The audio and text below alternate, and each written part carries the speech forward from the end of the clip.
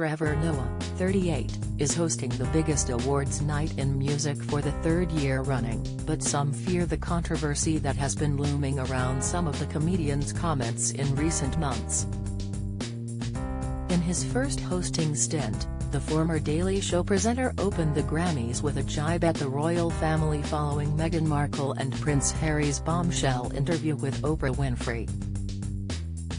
The 2021 Grammy Awards took place just 1 week after the tell-all interview was released, and Trevor wasted no time in taking aim at the royal family. With an incredibly small crowd in an open-air tent, all due to COVID-19 measures, Trevor explained in his live opening monologue, "Our impressive nominees are going to be sitting at those tables for those awards. So right now there's more tension in that tent than at a family reunion at Buckingham Palace." In a similar fashion, when the South African returned in 2022 to host the awards show, his opening monologue referenced the now infamous Oscars confrontation between Will Smith and Chris Rock.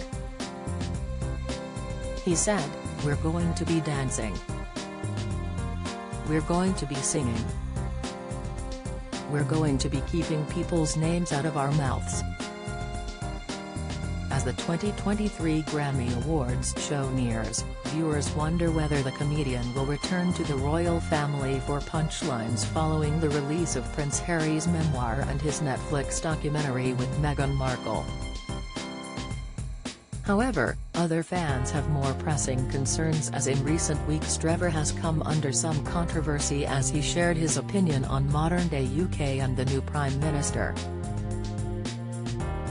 Shortly after Rishi Sunak, 42, took over as PM in October last year, Trevor addressed the change of leadership on his comedy news show The Daily Show, as well as the backlash the move had caused.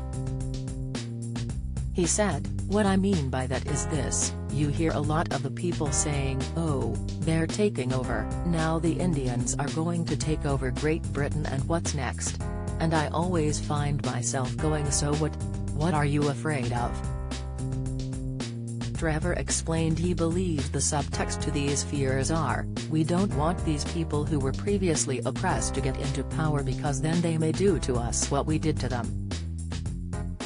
Don't miss, in another segment, Trevor used a clip from the UK radio show LBC in which a caller shared their opinion of the new PM, saying, "Could you imagine me becoming the Prime Minister of Pakistan or Saudi Arabia? No. These things matter, and I'm sorry if you don't like it. We're talking about England. 85% of English people are white English people, and they want to see a Prime Minister that reflects them." The Daily Show host reacted saying, "He has a point. Can you imagine if white English people wanted to rule countries where no one looked like them? That would never happen." Trevor chuckled before continuing, "It's funny how racists always say colonization was fine, it was just business, until they feel like they're being colonized, then all of a sudden they're like something needs to be done. You're not even being colonized, the guy is British, what's wrong with you?" The comedian received some intense backlash following these segments, but still stands by his comments. In a recent interview with The Times, Trevor doubled down on his claims, adding, "The UK wishes to believe it exists in some post-racial utopia."